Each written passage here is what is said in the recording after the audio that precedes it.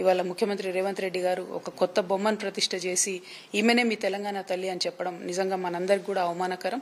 మేము రిజెక్ట్ చేస్తా ఉన్నాం, ఈ విషయాన్ని తిరస్కరిస్తా ఉన్నాం. మేము ఆమెను తెలంగాణ తల్లిగా అనుకోవడం లేదు, ఆమె కేవలం కాంగ్రెస్ తల్లిగా మేము అనుకుంటా ఉన్నాం.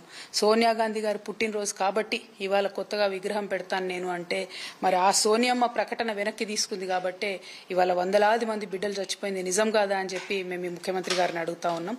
ఈ ముఖ్యమంత్రి గారు ఉద్యమంలో పాల్గొనలేదు, ఆయనకు ఉద్యమానికి సంగతి తెలియదు, ఆయనకు ఉద్యమానికి సంబంధం లేదు, ఆయనకు తెలంగాణ సెంటిమెంట్ లేదు, తెలంగాణ స్టేట్ అంటే ప్రేమ లేదు.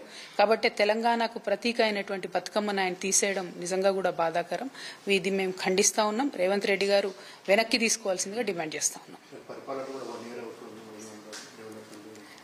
పరిపాలన గాలి కొదిలేసి విగ్రహాలు పెట్టి విగ్రహాల చుట్టూ అటెన్షన్ డైవర్ట్ చేస్తూ మొత్తం ప్రజలందరినీ కూడా మభ్యపెట్టేటటువంటి ప్రయత్నం చేస్తూ ఉన్నారు. వారు ఇచ్చినటువంటి గ్యారంటీలలో, వారు ఇచ్చినటువంటి 13 ప్రధాన హామీల్లో 420 నార్మల్ హామీలలో ఒక్కటంటే కనీసం ఒక్క హామీ కూడా వారు ఇంతవరకు పూర్తి చేయలేదు. వారు చేసినటువంటి ఒకే ఒక నిర్మాణం తెలంగాణ స్టాచ్యూ, తెలంగాణ తల్లి స్టాచ్యూ. అది కూడా తెలంగాణ తల్లిలా కాకుండా దారుణంగా చేశారు. వారు చేస్తున్న విధ్వంసం అయితే మీరు చూస్తూనే ఉన్నారు. అది హైడ్రా కావచ్చు, ఇంకోటి కావచ్చు. ఒక పక్క విధ్వంసం చేసినటువంటి ఒకే ఒక నిర్మాణం, అది కూడా అధ్వానం. అది తప్పితే వారు చేసింది ఏమీ లేదు. మరి విజయోత్సవాలు ఎందుకు చేసుకుంటున్నారో వాళ్ళకే తెలియాలి. Thank you. జై తెలంగాణ.